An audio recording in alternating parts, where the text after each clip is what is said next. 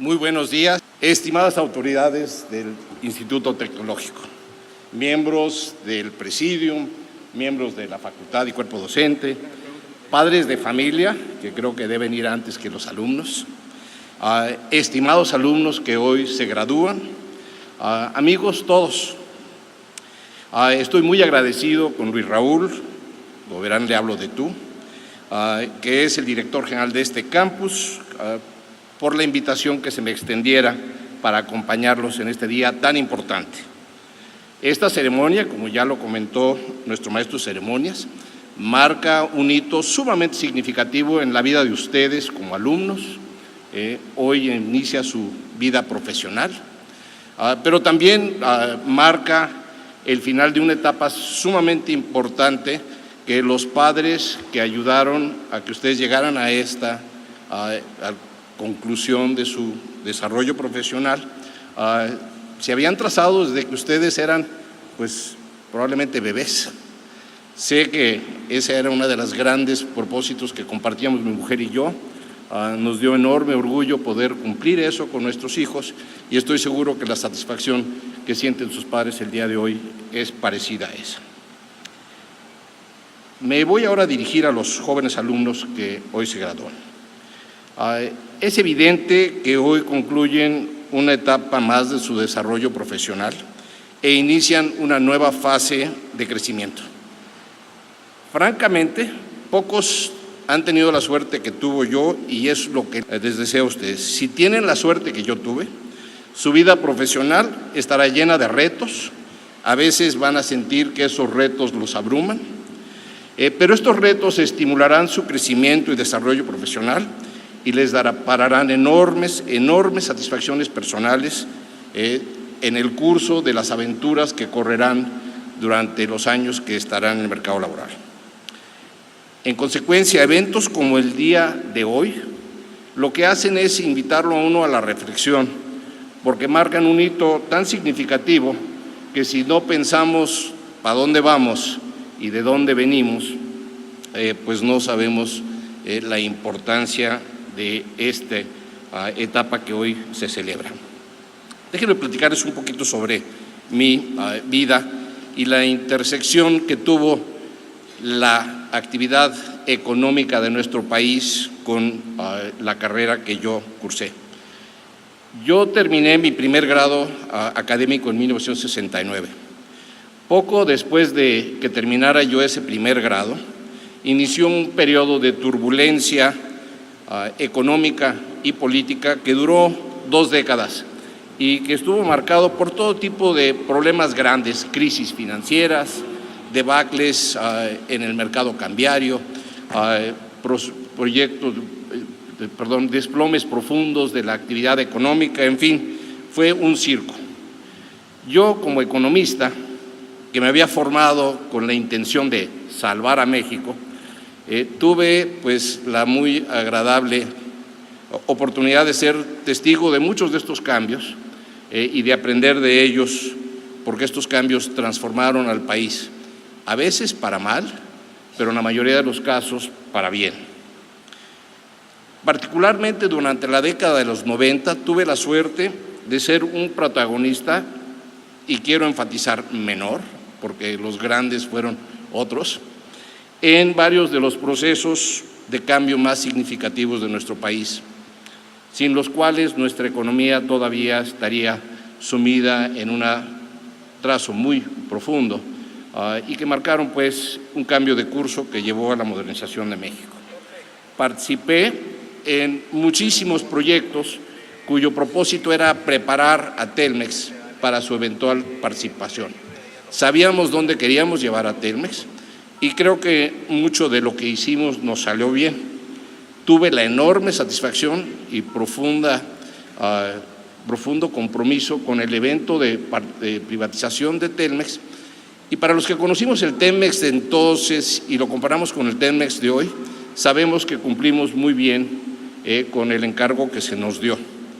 Y también sabemos que nos fallaron algunos de los encargos que nos pidieran que cumpliéramos.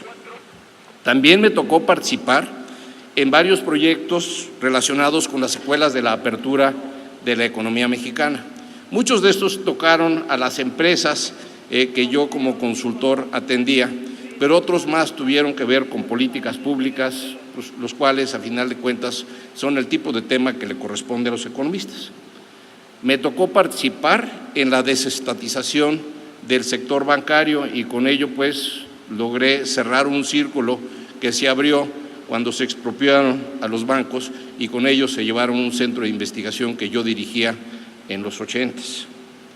Y por último, participé en la puesta en marcha de los productores independientes de energía que han permitido a CFE poder distribuirnos energía eléctrica en cantidades suficientes y con ello evitamos una crisis que avecinaba porque suponíamos, porque eso indicaban los datos, que no iba a haber suficiente fluido eléctrico en el país para satisfacer las necesidades de los mexicanos.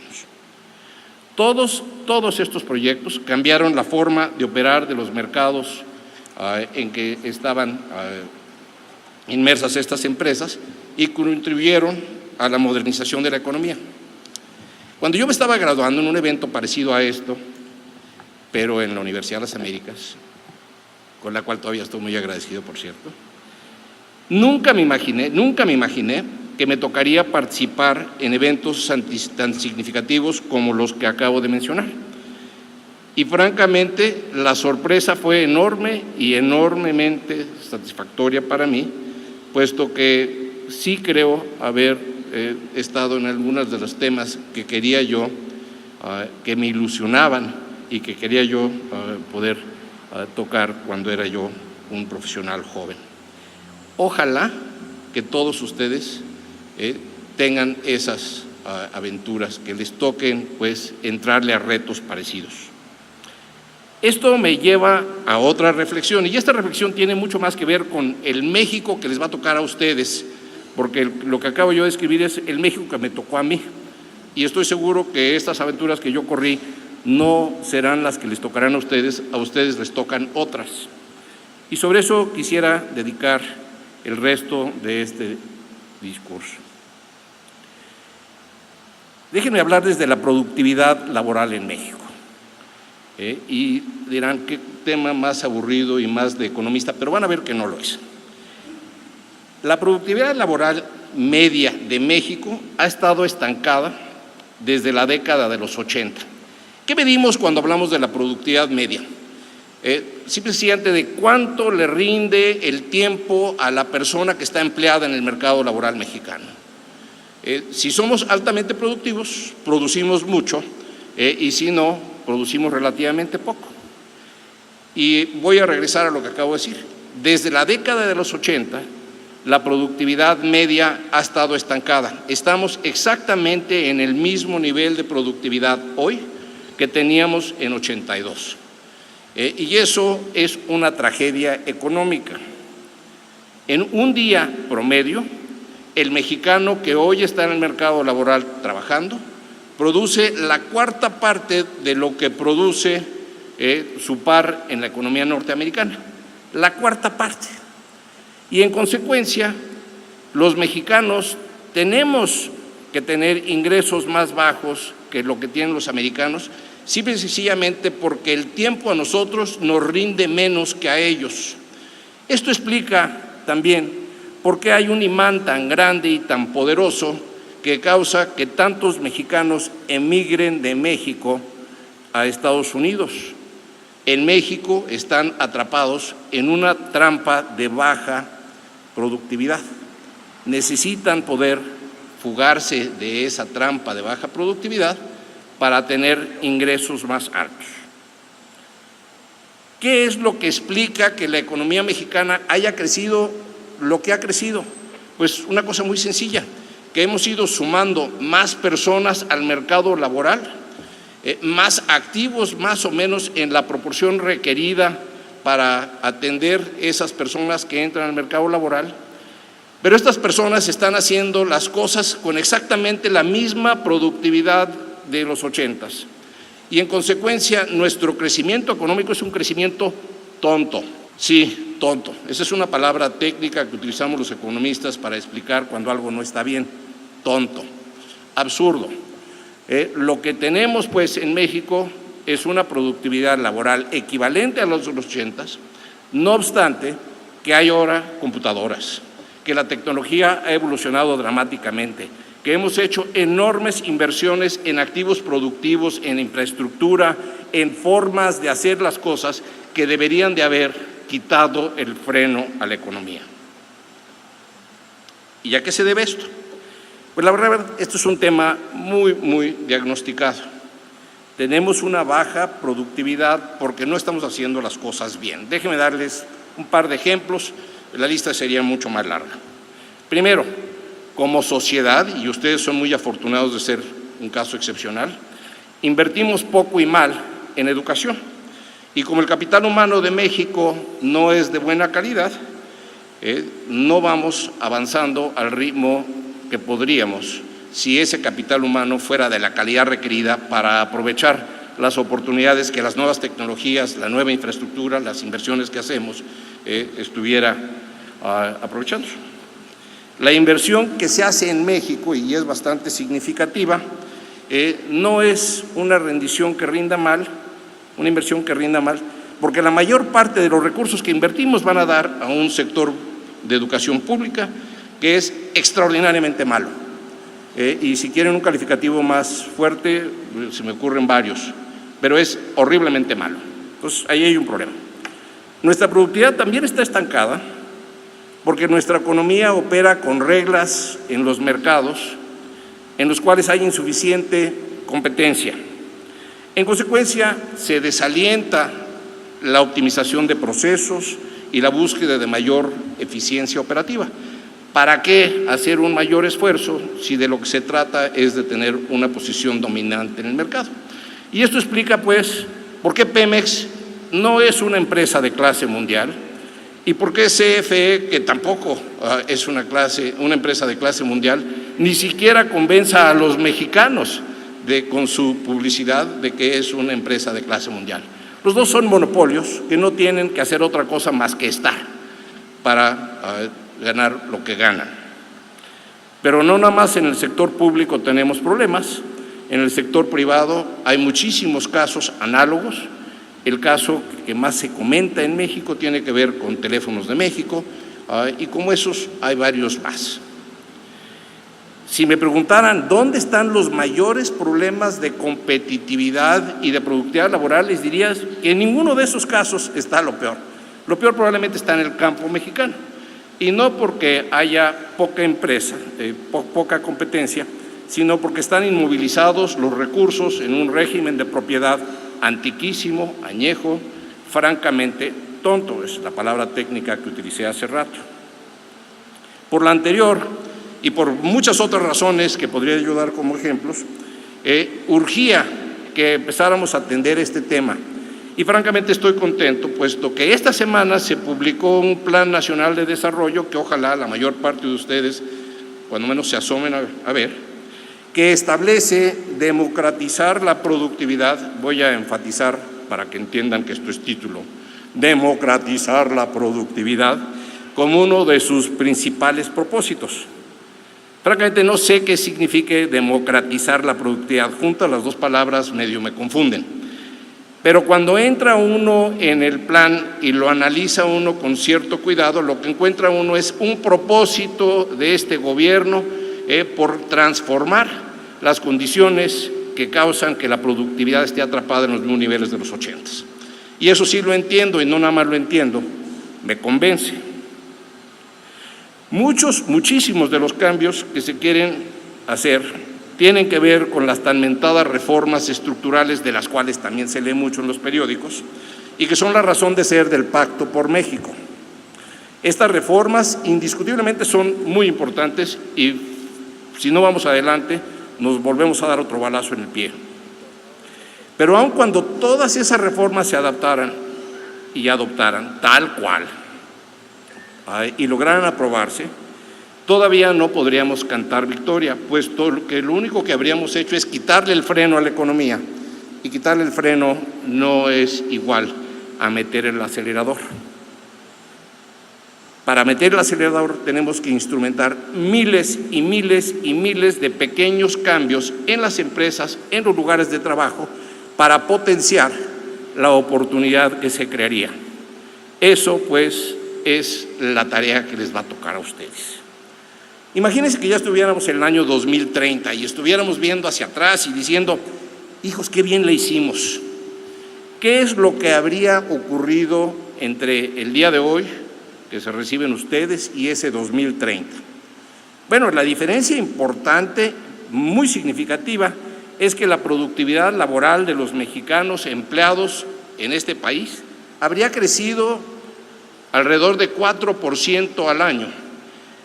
Y esto se adicionaría al crecimiento vegetativo de la población y, en consecuencia, México, en vez de estar creciendo a un ramplón 2,5 o 3% anual, estaría creciendo a un 6 o quizás hasta un 7%.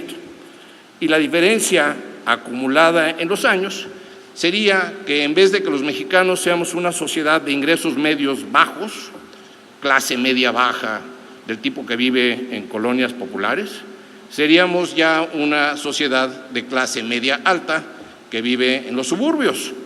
Y francamente, si me dan a escoger entre un estilo de vida y el otro, pues yo ya sé cuál quiero para mí y espero que sea el mismo tipo de ambición que quieren para ustedes mismos. En consecuencia, para que México salga de pobre, tenemos que avanzar en el tema de productividad. Y a ustedes les va a tocar esa tarea. ¿Cuáles van a ser los principales motores de cambio? ¿Dónde están las oportunidades? La neta, no sé. Sí soy buen economista, bastante bueno. Magnífico, digo, ¿para qué soy modesto? Sí. Pero si supiera yo eso, pues estaría yo invirtiendo lo que ya tengo en esos sectores que ya sé que van a triunfar y dejaría de trabajar. Y pues no voy a hacer eso. Lo que sí es cierto es que en México abundan oportunidades para mejorar la productividad laboral y la productividad del capital y de las empresas en general. Si yo estuviera instrumentando este plan que le toca al presidente Peña Nieto instrumentar, además de las reformas estructurales, estaría yo buscando dónde están esas islas de muy baja productividad para ahí tratar de hacer los cambios transformacionales que potenciarán un crecimiento económico alto y sostenido. Esto significa ir a buscar dónde están las broncas más grandes en Lego. El ejemplo insignia de la economía mexicana, y me tocó trabajar un poco en ese tema, es el sector agropecuario mexicano. El sector agropecuario mexicano, en relación a la economía de México, es una isla de pobreza, es una isla de mal hacer. Es afortunadamente muy diferente de la mayor parte de la economía del país. La productividad promedio de los mexicanos es una cuarta parte de lo de los americanos. En el caso del sector agropecuario, es una 16ª parte de la productividad de los americanos. Y curiosamente, a veces es un mexicano que se va de México, migra a Estados Unidos y se multiplica su productividad por 16 de un día para otro, habiendo entrado sin documentos para probar que tiene estatus para estar allá y sin poder hablar inglés. Lo cual significa que la bronca no está en ellos, la bronca está en la forma en que estamos organizados para hacer las cosas. Entonces esto nos invita a decir, bueno, ¿qué tendríamos que hacer? Bueno, hay una serie de medidas también ya muy diagnosticadas de lo que tenemos que cambiar en el agro mexicano para que ese 13% de los mexicanos que viven atrapados en ese sector, dentro de 20 años hubieran cerrado la brecha entre los ingresos tan bajos que hoy tienen y los ingresos promedio que los mexicanos actualmente ya tienen. El ejercicio matemático dice, para cerrar la brecha y que los que están trabajando en el campo ganen lo mismo que los que ganan en las zonas urbanas de México, lo que tiene que suceder es que crezca la productividad media 8.7% anual. Ahora, muchos de ustedes dirán, uy, ese es un numerote. Bueno, quizá ustedes muchos son más optimistas que yo y ni se les ocurrió esa idea. 8% anual compuesto es una exigencia de crecimiento dramáticamente dura y retadora. Sin embargo, en varios periodos de nuestra historia ya hemos excedido ese ritmo de crecimiento. Entonces, los mexicanos sí pueden. Y los chinos y los indios, actualmente están cumpliendo esos ritmos de crecimiento en varios sectores de su economía, incluyendo a veces esta tasa de 8.7 como la tasa media de crecimiento de toda su economía. Si ellos pueden, ¿por qué no nosotros? Y yo creo que esa pregunta se la deben ustedes hacer, porque si le quitamos el freno a la economía durante estos años que vienen, la oportunidad que viene es hacer que crezca la economía mexicana a ritmos comparables a eso en varios sectores que están muy rezagados y en los demás que vayamos cerrando la brecha de productividad entre las empresas promedio de México y las empresas promedio de Estados Unidos. El ritmo al que tenemos que crecer debería ser cuando menos 4% anual como país y en los sectores más rezagados más alto. Y sí se puede. Para que esto suceda requerimos un esfuerzo disciplinado y no nada más disciplinado, muy demandante, que les va a pedir a ustedes que trabajen muy duro. El caso es que para que funcione la transformación de México requerimos actuar en muchos frentes simultáneamente y trabajar muy duro. La mayoría de las tareas son mucho menos espectaculares que las tan mentadas reformas estructurales y sucederán en el seno y en los lugares en los que trabajan los mexicanos. Y estas tareas, a muchos de ustedes que son ingenieros, y me sorprendió ver que la mayoría, hasta eso no me debería sorprender, pero la mayoría de ustedes son ingenieros, es un tipo de tarea que les debe tocar a ustedes realizar y que si yo fuera su jefe sería de los primeros encargos que les pediría. Algunas van a ser muy divertidas y otras van a ser un poco pedestres. Por ejemplo, es muy divertido que le digan a uno, oye, yo creo que ya este equipo con el cual producimos en nuestras fábricas es un equipo que es anticuado, es un estorbo, un lastre para la productividad. Vamos modernizando nuestra planta e instalando nuevos equipos. Una tarea que es bien compleja, por cierto, no es fácil. Es una tarea, sin embargo, que al que es un ingeniero, pues le hace latir su corazoncito en serio fuerte. Pero también les van a pedir que hagan cosas que no son tan sexy. Ejemplo, les van a decir, oye, yo creo que en este punto de ventas hay demasiada gente atendiendo a los pocos clientes que llegan. Organízame los flujos de trabajo y los horarios del personal para que se aproveche mejor la cantidad de personas que tenemos disponible y crezca la productividad de este lugar. Porque si no lo hacemos, este lugar va a tronar y todos se van a quedar desempleados. Esa chamba es una chamba dura porque no nada más les exige que le entren a algo difícil intrínsecamente, sino que también les exige tomar decisiones que a veces parecen crueles, como es quizá despedir a gente o como es pedirle a alguien que se esfuerce más porque está estorbando el trabajo de otros. Y estas no son cosas que haga uno fácilmente. A veces les dirán, oye, estás sentadito ahí enfrente de una computadora todo el día, ¿por qué no utilizas esa computadora para hacer mejor shopping de insumos para nuestras plantas o nuestros negocios, para que podamos nosotros comprar en mejores condiciones y tener una oferta de mejor calidad para nuestros clientes? Eso tampoco es sexy, pero es muy importante y es el tipo de cosa que contribuirá a que las empresas donde ustedes laboren sean más prósperas y vayan hacia adelante.